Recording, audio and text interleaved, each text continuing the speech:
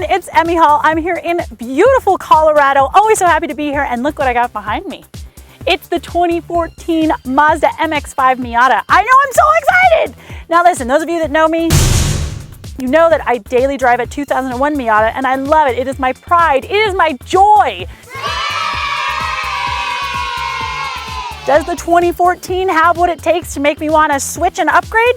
We'll find out next, coming up on the Fast Lane Car.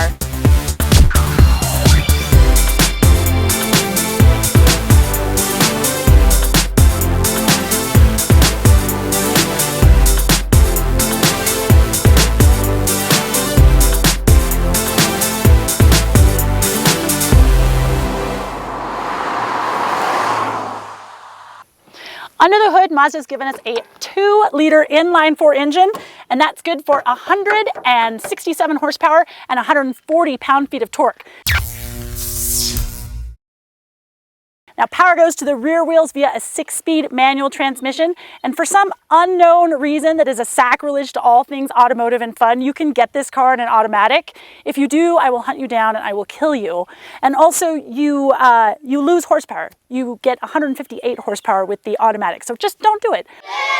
Don't do it. Do not buy the automatic in this car, okay? Gas mileage, you get 21 miles per gallon out in the city, 28 in the highway with a combined mileage of 24. And so far in my time in this car, I found that to be pretty accurate.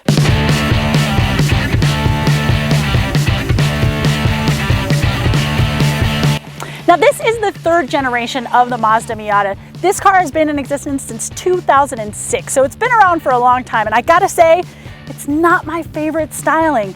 Overall, it's much bigger and it's much wider, much heavier than both the 1st and the 2nd generation. This front end here, it's got some nice fender flares, but at the same time, it kind of looks like maybe it threw up in its mouth a little bit, a little like, ooh. And it's got these big puffy cheeks. What is nice is that along the smile line here, I do have a cute little dimple of a fog light, so that's looking pretty good. Here in the back, again, the whole thing is just looking so much bigger than the other generations. It still maintains the same idea of the taillights, which is nice, but I can't wait for the next generation, which promises to be a little bit smaller and a little bit less weight.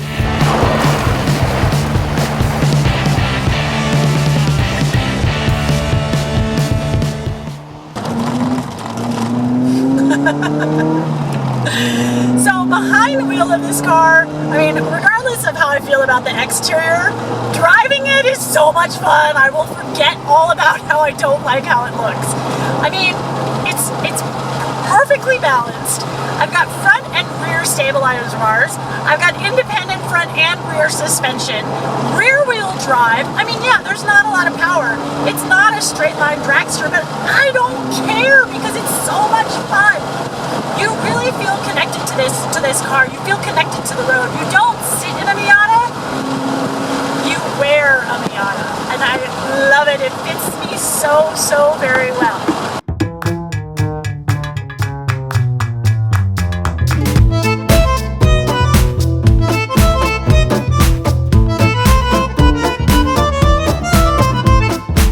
Now, as much as I have a problem with the exterior of this car, I love the interior, and I tell you why. They have kept it simple, so simple. There's no computer here. There's no crazy backup camera that you don't need. There's no GPS. There's just a radio and a CD player. And I can do my presets in like 10 seconds. I just love that it's so uncomplicated. I could do without the multifunctional steering wheel and have a steering wheel that's a little bit smaller, but I understand why they're doing that. It's something that new car buyers really do want to have. Now, I do have some problems with the interior. Number 1, there's no USB port. I mean, I gotta have a place to charge my phone. I really want a USB port. Number 2, there's no Bluetooth in this car. Now, I had Bluetooth put in my personal car, which is a 2001 with a soft top, and it's useless because the car is too loud. This car, I think, because I have the power retractable hardtop, I think you could have Bluetooth in here and it would be okay. The last thing that I don't like is the cup holders, and here's why. It's got this little slidey thing, but the slidey thing doesn't lock. So if you're really kind of hooning it around, this will come up and it, you know, fizzes up your soda. So I have a hard time with that. But I'll live with it if it means that I can keep a very simple, very sleek interior.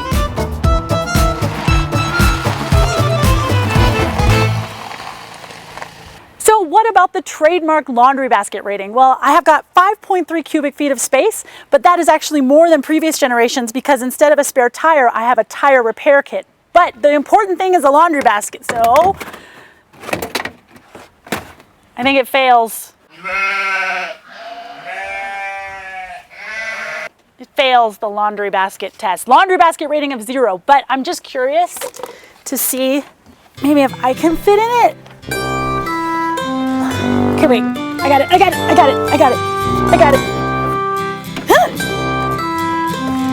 Oh my God!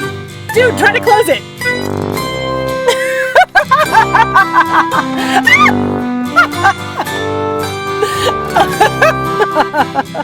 I think I fit in the trunk.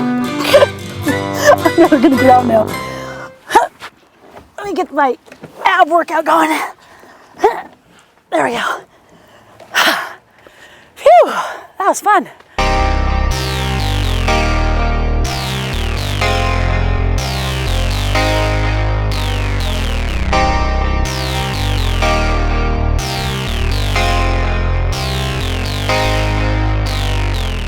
You really stick in the corners, and when you do get the car upset, it's very easy to get it back into place. So it's a lot of fun to drive because you can drive it to the limit very easily. Once it gets out of sorts, it's easy to get back in. Just a little bit of throttle control, and you're right back where you want to be. Now, having said that, I mean, trust me, it's not all rainbows and puppy dogs and kittens here behind the wheel. The one thing I don't like is that even though I've got a 6-speed transmission here, when I'm cruising along on the highway at like, let's say 75, 80 miles an hour, I'm still pretty high revving. I'm still up at like 4,000 RPM. So it's fine for power, but if you really want to be touring around, sometimes it's really annoying and it gets kind of buzzy and a little loud. It's not the most comfortable car in the world. I don't really mind it because of course I'm a very young lady. But some older people might find this a little uncomfortable as a daily driver.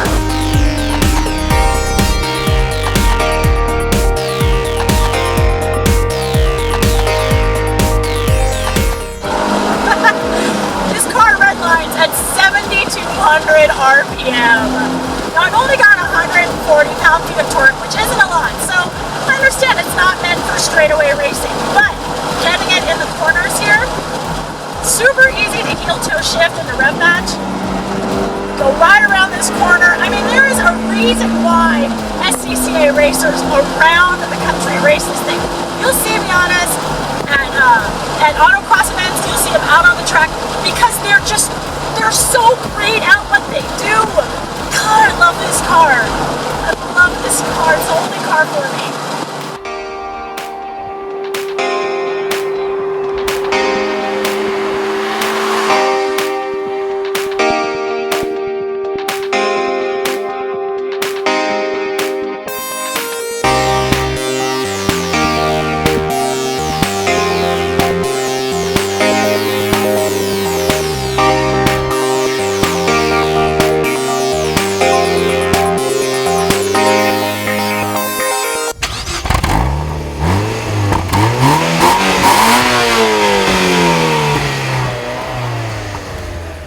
167 horses of pure Japanese power. So this does have the power retractable hardtop. I have to be at a stop, I have to have the car in neutral, and then it'll go. It's pretty quick. I kind of wish that I could do it on the fly a little bit like some of the other cars, but you know, on the whole for a power retractable hardtop, it's pretty quick. I do have a problem sometimes with these power things, just because I think one day it's gonna break. So I think if I were to pick out a new Miata, I would definitely keep with the manual soft top. But this is nice because no one's gonna put a knife through your convertible.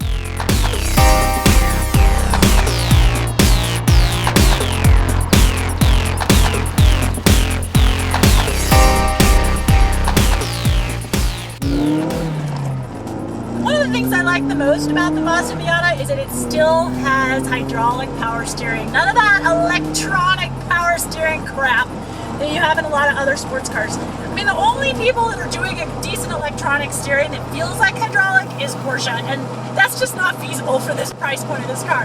So they've kept the hydraulic power steering. It's incredible. It's got just the right amount of weight. Inputs are really, really quick. You feel every little pebble. You can feel the paint change on the road through this steering wheel.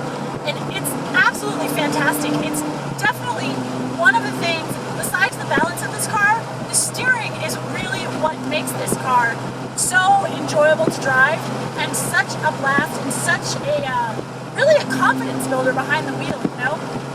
Anyone can get behind the wheel of this car and feel like they're Mario Andretti, just screaming along. Woo-hoo!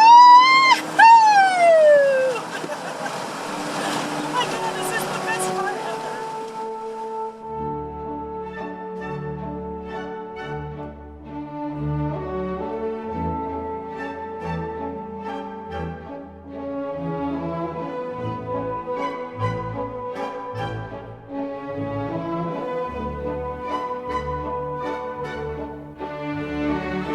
Just perfect. It's perfection.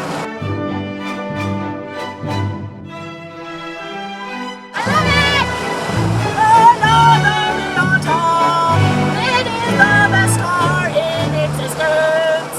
Forever and ever. I love the Miata, the Miata, the Miata, the Miata.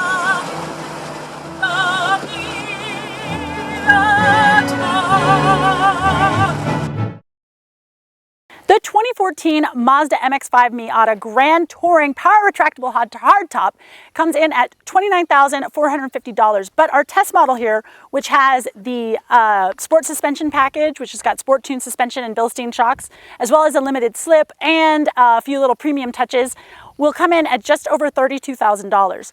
Now, is it worth it? Of course. I mean, on the TFL scale of buy it, lease it, rent it, or forget it, this is a buy it, hands down. This is the most fun that you can have for the amount of money. There's really nothing else in this segment that compares. I mean, this is a two-seater rear-wheel drive convertible, right? So what else do I have? Porsche Boxster, BMW Z4. What else? There's not a lot of cars out there, and those two cars cost at least twice as much as this. Some people say that you should cross-shop a Mustang, convertible Mustang with this car. I don't believe it. I think those are two entirely separate cars. Some people say the FRS and the BRZ compete with this. I would say sure, except that those aren't convertibles. So for me, that's not even an option. The Fiat Abarth might compete. Yeah, but it's front wheel drive. So really, this is all you've got in this price range that's two-seater rear wheel drive and a convertible. Now, 2015, Mazda has only built 100 of the 2015 Miatas. They've got a few different cosmetic touches, and they're already sold out, so forget about it. 2016 is where the big news comes in. The fourth generation is supposed to be happening. No one has any idea what it's going to look like. It's probably going to be a Skyactiv engine, but I've heard rumors of a turbo. I've heard rumors that it's going to be a Fiat-based. I've heard rumors it's going to be an Alfa Romeo. Nobody really knows. So if you're curious, wait until 2016. But for now, if you've got to have one now, the 2014 Mazda Miata is definitely an awesome car. I highly, highly recommend it. That's it for today. I'm Emmy Hall. Thank you so much for watching. I'm so glad you're here. You can go to tflcar.com for more news, views, and reviews, and you can find us on all the social medias. Thanks so much. We'll talk to you soon. Bye.